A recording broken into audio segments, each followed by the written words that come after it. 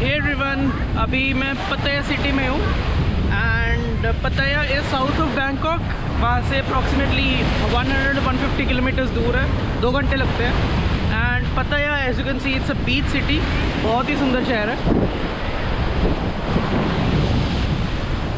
And आज का vlog में आपको एटलीस्ट कुछ इन्फॉर्मेशन शेयर करना चाहता था कि अगर आपका थाईलैंड आने का प्लान है तो आई am sure you will have a lot of questions कि वहाँ पे वीज़ा ऑन अराइवल की क्या सिचुएशन है, या फिर रहने सहने का, खाने का, ऑल ऑफ दोज थिंग्स। तो I also had those questions. कुछ मेरे को इंटरनेट पे मिल गया था, कुछ नहीं, लेकिन since I been here for a week now I know the answers to those questions. तो वही सारी इन्फॉर्मेशन आपके साथ शेयर करना चाहता हूँ, ताकि अगर आपका प्लान बने तो at least some of the information that I am going to share today might be helpful to you.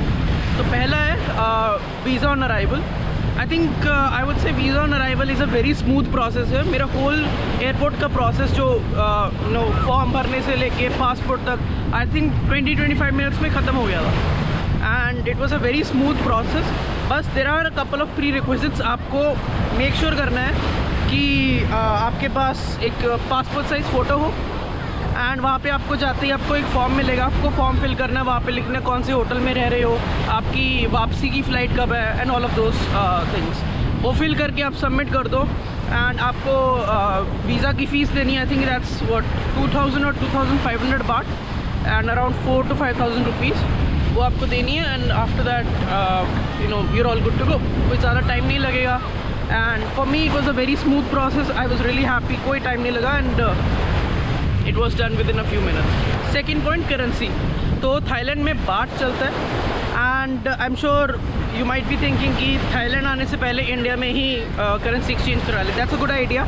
I would से फ्रॉम माई पर्सनल एक्सपीरियंस कि आप 10,000 INR कन्वर्ट करवा लो, क्योंकि आपको वीज़ा यहाँ पे वीज़ा जो उसकी फ़ीस है वो बाट में ही देनी पड़ती है। तो it's better that you convert 10,000 from anywhere, 10,000 INR to बाट।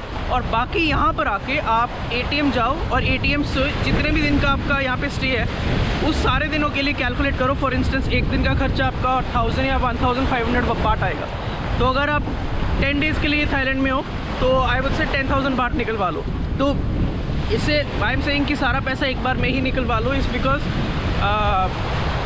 ATM में आपको एक फ़ीस पे करनी पड़ेगी 220 baht. I think that's because our cards will be international, तो इसलिए बार बार पे करने से, फॉर इंस्टेंस अगर आप अभी के लिए 5000 बाट निकालो, 5 दिन के बाद आपको फिर से पैसे निकलवाने पड़ेंगे, तो आप एसेंशली 220 बाट की फ़ीस फिर से पे करोगे।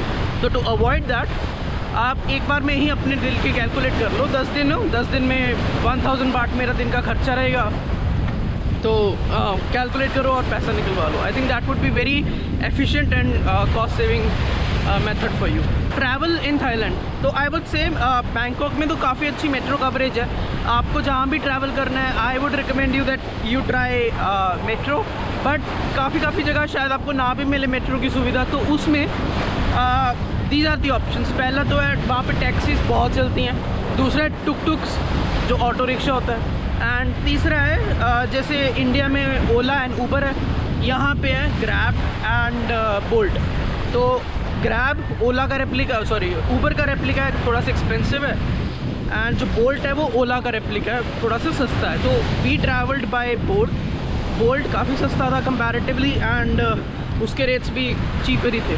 तो that is what I would recommend. अगर आप सोलो ट्रिप कर रहे हो तो आप बोल्ट बाइक कर सकते हो, 50-60 बाट लगता है एवरेजली एंड आप कहीं भी जा सकते हो। एंड अगर आप पताया सिटी में हो तो पताया सिटी में आप बाइक भी रेंट कर सकते हो। बाइक रेंट यहाँ पर ज़्यादा महंगी नहीं है, that is what I would recommend. Bangkok में आप रेंट नहीं कर पाओगे क्योंकि you need an licence, but Pattaya में मैंने जहाँ देखा है यहाँ पे लाइसेंस नहीं पूछते, यहाँ हेलमेट के लिए भी नहीं पूछते। But I would definitely recommend कि हेलमेट भी उनसे लो। एंड या पताया में instead of doing all of tuk-tuks और any of these things, rent a bike and enjoy Pattaya city. Let's talk about electronics. तो अगर आपका मन है कि आपको कोई इलेक्ट्रॉनिक्स लेने हैं, शायद आपको पता हो थाईलैंड में इंडिया से अगर कंपेयर करें तो इलेक्ट्रॉनिक्स के जो प्राइसेस है काफ़ी कम है। तो फॉर इंस्टेंस अगर आपको कोई कैमरा लेना है या फिर कोई फ़ोन लेना है तो आपको यहाँ पे कंपैरेटिवली प्राइसेस सस्ती ही हैं एंड या तो आप यहाँ से ले सकते हो। But what I would highly recommend और हाईली सजेस्ट यू इज़, जहाँ से भी लेना आप मेक श्योर उनको पूछो कि आप वैट रिफ़ंड देते हो या नहीं। वैट रिफ़ंड एक ऐसी चीज़ है, बेसिकली आप जब वापस जाओगे इंडिया तो थाईलैंड वाले एयरपोर्ट पे आप वैट रिफ़ंड क्लेम कर सकते हो। तो फॉर इंस्टेंस अगर जैसे मैं कोई चीज़ खरीदता हूँ जो कि 20-30 हज़ार बाट की है, तो एक प्रॉपर फॉर्म है कि अगर 2000 बाट 2000 बाट की कोई चीज़ खरीदो तो आई थिंक उसमें 200 बाट रिफ़ंड मिल जाता है। ऐसे ही 4000 5000 देयर आर लेयर्स, एंड जितनी महंगी चीज़ है उतना ज़्यादा रिफ़ंड मिलेगा आपको। तो make sure that wherever you are going to buy a electronic item, you ask for a VAT refund। काफ़ी शॉप्स अवेलेबल नहीं करवाती तो वहाँ से ना लो। Make sure that you buy from reputed shops like malls or any of the big stores। Second option is you also get duplicates here। अगर आपको जैसे एयरपॉड्स या फिर कोई और चीज़ें लेनी है जो डुप्लीकेट है, काफ़ी सस्ती है, वो भी आपको बहुत इजीली अवेलेबल है यहाँ पर। तो if you are looking for those kinds of things, वो आपको बहुत चीप में मिल जाएगा and they work pretty well I would say. तो आप वो भी ले सकते हो।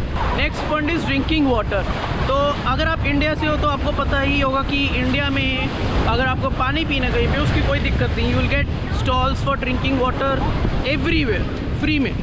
लेकिन थाईलैंड में ऐसा नहीं है, आपको हर जगह पे करना पड़ेगा पानी पीने के लिए। And although it's not a big point, I still wanted to mention this, क्योंकि what I would recommend you is आते ही यहाँ पे एक बॉटल ले लो छोटी, एंड जहाँ पर भी आप होटल या हॉस्टल में स्टे कर रहे हो, जब भी बाहर निकलो अपनी बॉटल फुल कर लो।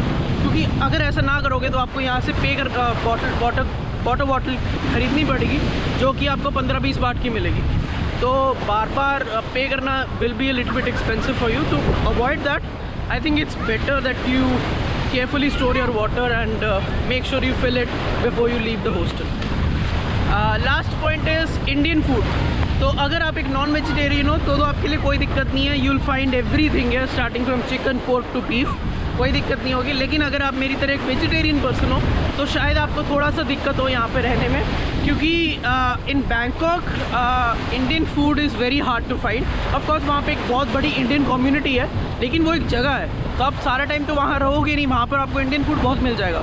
बट अक्रॉस बैंकॉक आपको हर जगह नहीं इंडियन फूड मिलेगा, मतलब अगर आपको मिलता भी है तो बहुत एक्सपेंसिव होगा। तो that is a little bit of a problem for vegetarian people. But Pattaya city में एक बहुत अच्छी है, पत्तया सिटी में आई डिड नॉट नो भरे पड़े हैं इंडियंस, और हर नुक्कड़ हर गली में आपको एक इंडियन रेस्टोरेंट मिल जाएगा, तो कोई दिक्कत नहीं आएगी। बट हाँ, प्राइसेस की आपको ध्यान रखना पड़ेगा, यहाँ पर Indian food is a bit expensive. एक जो मैंने ऑल्टरनेटिव यहाँ पे ढूंढा है वो है 7-Eleven स्टोर्स। तो 7-Eleven is a grocery chain है, तो 7-Eleven में आपको वेजिटेरियन फूड भी मिल जाएगा, जैसे कि bread butter, chocolate cakes and everything like that. तो अगर आपको कहीं पे फूड वेजिटेरियन फूड नहीं मिल रहा और आपको भूख लगी है तो आप कोई भी 7-Eleven स्टोर चले जाओ एंड वहाँ पर आपको ये पैक्ड फूड मिल जाएगा। आप उसको बोलो कि गर्म करके दे दो, वो गर्म करके दे देगा। तो that is a very good alternative, a good snack if you are hungry. Last point, अगर आपको बैंकॉक से पत्तया सिटी आना है तो make sure that you don't do a taxi आपको 2500 बाट मांगेगा, कोई फ़ायदा नहीं है।